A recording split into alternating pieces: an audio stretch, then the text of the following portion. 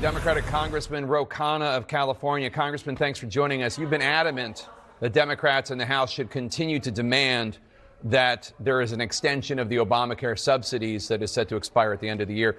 Can we assume you're going to vote against this bill, effectively voting to keep the government closed? And what's your message to the approximately 5,300 federal government employees in your district who are not getting paid in the shutdown? Jake, first, let me just thank all the veterans out there today, and especially the 101-year-old World War II veteran in your studio. What an incredible story.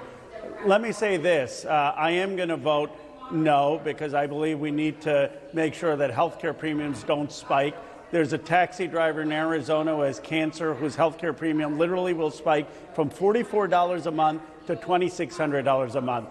Now, I believe we could keep government open by voting to pay the federal workers, by voting for SNAP benefits to be extended, by voting to pay our troops. There's no reason Speaker Johnson had to shut down the House of Representatives. Let's vote on that, but let's continue to negotiate so that the premiums don't spike. You've called on Senate Minority Leader Chuck Schumer to step aside. You say he's no longer effective as a leader. Explain this for our viewers, because he did vote against this compromise that you oppose. Why are you mad at him? Jake, you've covered politics a long time. Yes, he voted no, but 8 senators who said they consulted him daily go and vote yes. One of those people is his number 2. He's not going to do that without Senator Schumer's sign off. And then conveniently, all 8 of those senators aren't up for re-election in 2026. This is the D.C. way. Senator Schumer could have blocked this if he had wanted to. And one of the challenges is, in addition to the health care premium spikes, it undermines the narrative that this was a Trump shutdown. If 8 Democratic senators could have ended it, we should have kept the pressure on. Yesterday, Senator Bernie Sanders, when I asked him about your call for Schumer to step down, he told me that while he and Schumer have very different ideas about what the Democratic Party should stand for, progressives in the Senate are a minority. He said maybe only 8 or 9 votes. So who do you think could and should be the Senate Minority Leader?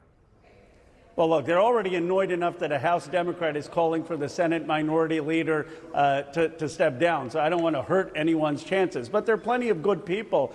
Senator Van Hollen, Senator Chris Murphy, Elizabeth Warren. Of course, Bernie Sanders, in my view, should have been president. I was a co-chair of his campaign. But here's the point. We need fresh faces. We need new leadership. I have a lot of respect for Senator Schumer's 50 years of service. The Inflation Reduction Act, the CHIPS Act, none of that would have passed without him. But he's not the right face for the moment, and he's not the right face for the future.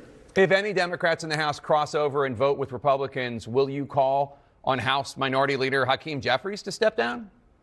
No, because Hakeem Jeffries has made it very clear that he's opposed to this deal, and he's pushing it, and he's publicly fighting. Senator Schumer didn't do that. He didn't make the case to the 8 senators who crossed over saying, no, don't do this. This is going to hurt our unity. Hakeem Jeffries, I'll tell you, I'm seeing it. They are trying to get every single Democrat to be on the same page. You're on the House Oversight Committee, where you and your Republican colleague, Thomas Massie of Kentucky, you only need one more signature on what's called a discharge petition, and that 218th signature would force a full House vote on legislation to release the Epstein files. You could get that final signature soon, maybe even tomorrow, once Congresswoman-elect Adelita Grijalva of Arizona is finally sworn in. What do you have planned for this moment, if anything? We will get that signature tomorrow, and then early next week, Thomas Massie, myself, and Marjorie Taylor Greene are going to have a press conference with the survivors to make sure that we have an overwhelming vote in the House to release these files. 7 days after Adelita signs it, we will be able to get a vote in the House of Representatives. That will be around December 3rd. And I expect once we get that vote, we will get 50 to 60 Republicans voting with us. It will be a huge step in getting the release of the Epstein files, justice for the survivors, protecting America's children. Democratic Congressman Khanna of California, thank you, sir.